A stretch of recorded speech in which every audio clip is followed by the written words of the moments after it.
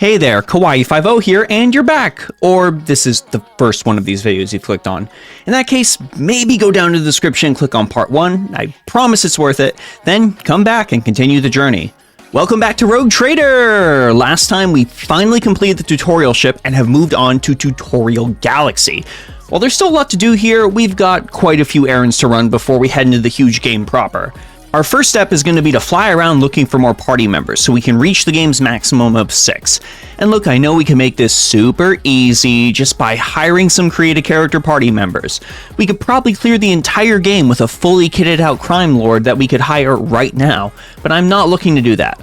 Think, Mark, think! We're looking for the story, the tales, the reactions of a finely written team of established characters. We are not looking to just make a bunch of super giga Chad androids and clear through the game immediately. So we'll only do that if they permadive for some reason and we fall below the total amount of 6 party members, okay? We've got quite a few places to hit on this tutorial map, and order actually matters here because some of the places will become harder the longer we wait to scoot there. We'll make our first order of business at the Astropathic Station up here, and we're going to see why they're making such a ruckus. They're kind of screaming out into the void eternally. Okay, let's read the text. The enforcers offered up their prayers and proceeded to enter the uncanny station. What they saw inside was monstrous. Astropaths upon their thrones, not quite here, not quite now, smudged, as it were, across time. Servants relive their horrible deaths again and again, only to reborn out of ashes and blood into more agony a moment later. The warp manifested itself here, twisting the very nature of existence. Well, I hate everything about that. Man screaming in the ice is who we want to talk to, so we'll send Zachary Weiss in there with our beautiful skill check to get the Denial of Nightmares amulet. This grants immunity to the horrors of the warp effect. We are putting that on our main character, the Psyker, immediately. Now, it's probably for the best I stop for a second to explain. You see, whenever we use a psychic power, our warp gauge goes up a teeny tiny bit. This is bad. If we use too many psychic powers too quickly, there's a chance we face a horror of the warp. This can range from anything as benign as a bit of flavor text to summoning a terrible demon that's way too strong for our party to just instantly dying. I'd rather not my save get deleted so early, so grabbing this ASAP was a must.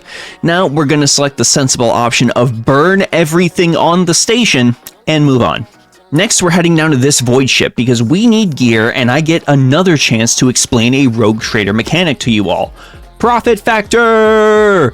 In other RPGs, you probably spend things like gold, money, credits, space bucks to get things.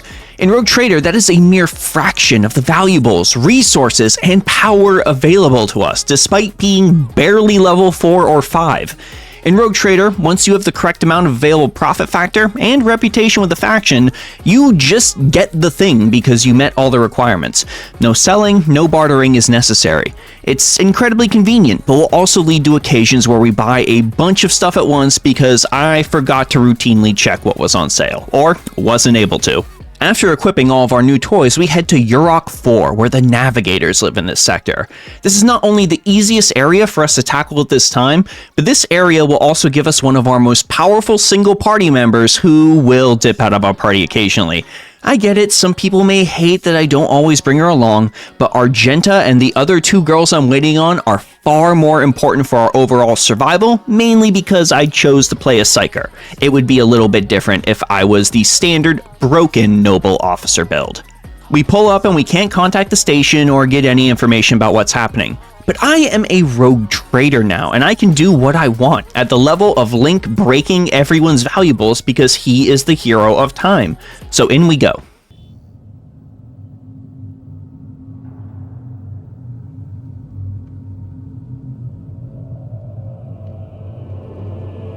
Pathetic worm.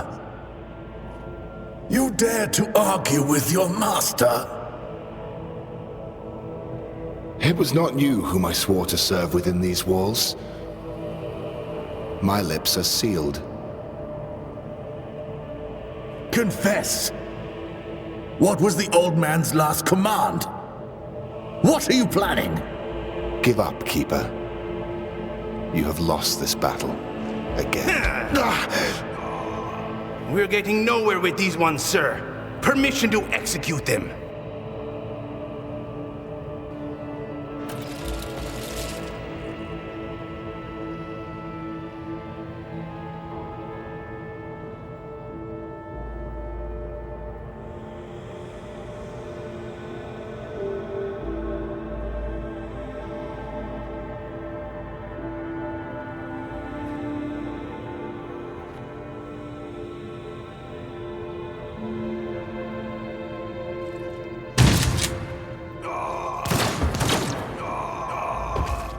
Well, that bodes well. The station is a mess, the elevator's locked down, the generators are destroyed, the shuttles have exploded, and tons of people have been executed other than those guys that we just saw. Looks like if we want to get a navigator, we're gonna need to clean up this mess. We agreed to help in a beautiful instance of DM railroading and set out to explore the station and loot some corpses. Well, let's get looting. But first, jumping over a bookcase grants us our very first level up of this particular video, and this is exactly why I'm clicking anything and everything. For Victor, we'll snag Tide of Excellence for some extra damage and armor penetration. Victor is our rogue trader, for those of you not in the know. This is going to also up our ever-important Psyker's beloved willpower. That's going to be our second pick. Abelard's going to pick up Sworn Enemy. If you've seen Hunter's Mark in World of Warcraft, you're probably salivating at this skill. Pick a guy, do more damage to him. Simple as that. We also snag some more athletics. Adira gets the exact same 2 skills that we did, but this is only because I messed up and read Adira's build for my guy. I'm dumb. I admit that I'm dumb, but this is not the worst mistake we could have made. There were far more catastrophic levels we could have messed up. Finally, Argenta gets a non-negotiable increase to ballistic skill, and the best thing any of us get at this level, rapid fire. This doubles the amount of bullets she fires in burst attacks, but they each deal 25% less damage. We are fine with this. This is the beginning of Argenta emptying multiple clips into entire battlefields and clearing whole areas for us. Not getting this is an absolute mistake. I mean, just watch how we clear this battle that we are immediately thrust in after I take the optimal path so I don't get ambushed. Again, we're going to be taking weird paths specifically for this reason.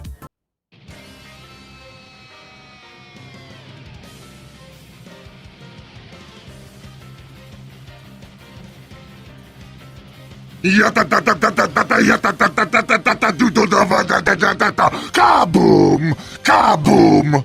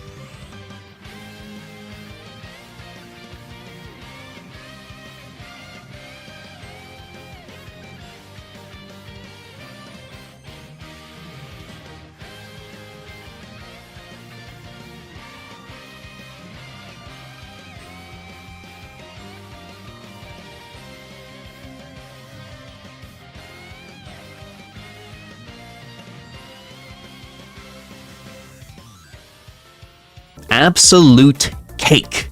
In the next room, we get a look at how bad things really are on the station. At least we saved some servants. Now that I think about it, didn't that guy at the entrance tell us that they were all dead? There could be a plot a-brewin'. I admittedly then wandered around for like 10 minutes before remembering how to open this lock. And in this room, we find a birthing pod. No, I did not make that up. It really is that. Spoiler alert, but this is likely where our next party member was birthed from. And we solve a puzzle that I totally didn't look up the answer for and remake the needed elevator control rod so we can go up. As we head back, Adira has a premonition that basically confirms all of the suspicions I had between entering the station and finding all of the servants actually alive. This guy Felek was the traitor the entire time. We'll tell him we're going to help him for now, but that's just so we can have an easier time beating him in just a minute. Because first, we need our next party member.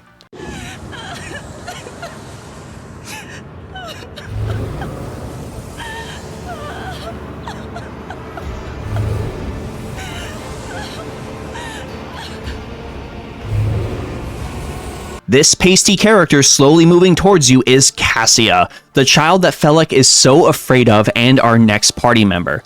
She is a genetically engineered super navigator he fears will lead his noble House Orcelio to ruin, as she is just too powerful, and as a result, a mutant among mutants. We are absolutely going to ignore those warnings and recruit her. I auto-passed the check to resist her crying and assaulting our minds thanks to our good boy points, and we agree with the currently dying Theobald to save Cassia, help her ascend to the head of her household, which will probably get us some good stuff as a result, and punish Felek for his treachery. Yeah, this is why we didn't immediately attack him when I found out he was a garbage person earlier. I am going to need more meat shields. We will always take the more meat shields option to improve our chances of survival.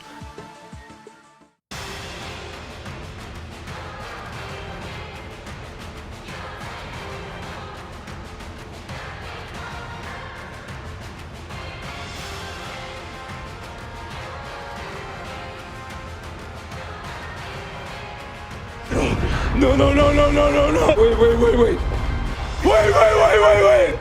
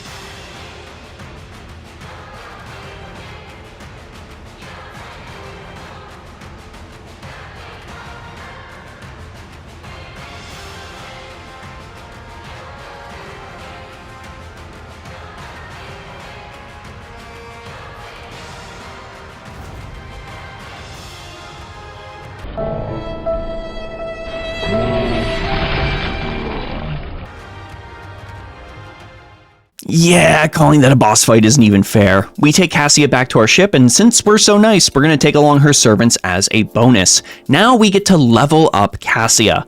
Now, Cassia is great because Navigator's psychic powers are some of the most powerful abilities we can use in Rogue Trader. It even gets to a point where using them actually lowers our chance for horrors of the warp. So for Cassia's build, we are only going to take some super basic stuff from Officer and Tactician, and spend the majority of her points on grabbing absolutely every single Navigator ability and passive that we can. We're going to start off this build by grabbing Willpower and Mastery of Time. Mastery of Time makes it so Cassia gets a stacking willpower bonus whenever someone takes an extra turn, which is a thing that officers can make people do. Then we take no respite from the officer tree for some bonus stats, and when Cassia grants our allies extra actions, she gets even more willpower. Now, Cassia can support the grant everybody extra turns roll just a little bit, but we are going to have an even more powerful party member who can take full advantage of this that will join our party later. And we now have a Navigator, which is one of the 3 things we needed on our checklist to leave Tutorial Galaxy. But we still need a Tech Priest to operate the machines on our ship, and more crew members because a lot of them exploded before we can leave this system behind for good. But first, we need a detour. We have to take this detour to start this slightly seemingly unrelated quest, because it will directly lead into the DLC quest to grant us our best party member. You can tell I'm excited. I'm excited for this character. I'm very upset that she was initially DLC. So glad I grabbed the DLC for this game. Now there's an insurrection happening on our ship, and it's bad. See, Rogue Trader ships are like giant cities floating through space, and there is a caste system at work here. Officers are, of course, the nobility and people who do things like clean toilets, operate the fuel pumps, catch the rats. They are considered the bottom of the barrel and totally expendable. There are entire families who will spend their whole lives only on the single deck of a Rogue Trader ship, living in completely impoverished conditions. And the worst part of everything that I just said is that they actually likely have it better than the vast majority of the Imperium of Man. And I just need you to think about that for just a little bit. Now, our Grandpa Tank Abelard punished this insurrection by doing totally reasonable things, like turning off the heat to entire sectors of this ship for days on end. So it looks like we're going to need to personally look into this OSHA violation ourselves.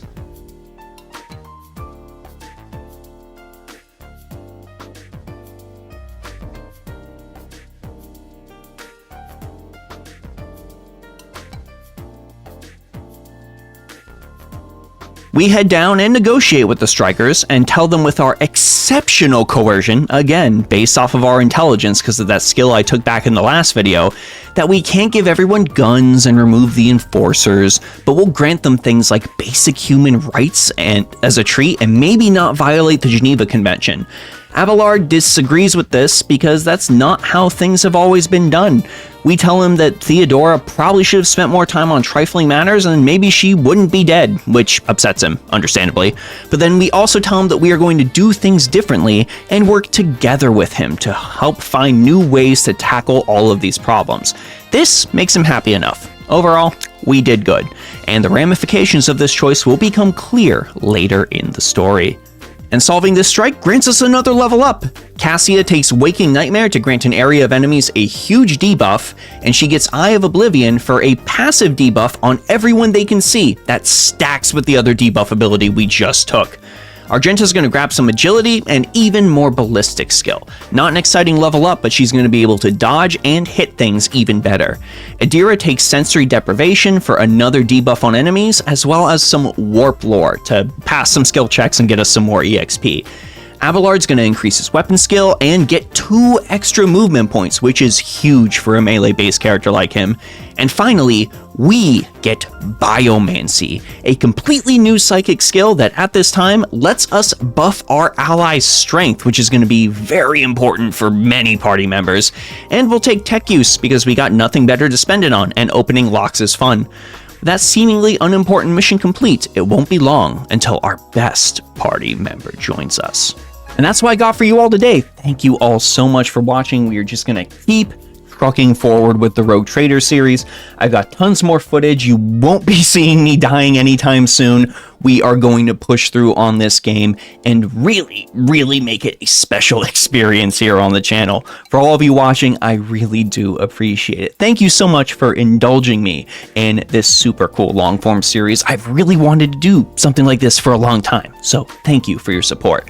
Be sure to check out the Discord, Patreon, and Ko-fi down below, and be sure to go ahead, like, comment, subscribe, share, all that good stuff. All of those things really help out the channel. Just thank you for watching until the very end. Anyways, gang, that's it for me, Kawaii50, and I hope you all have a phenomenal day. I'll see you all in the next one.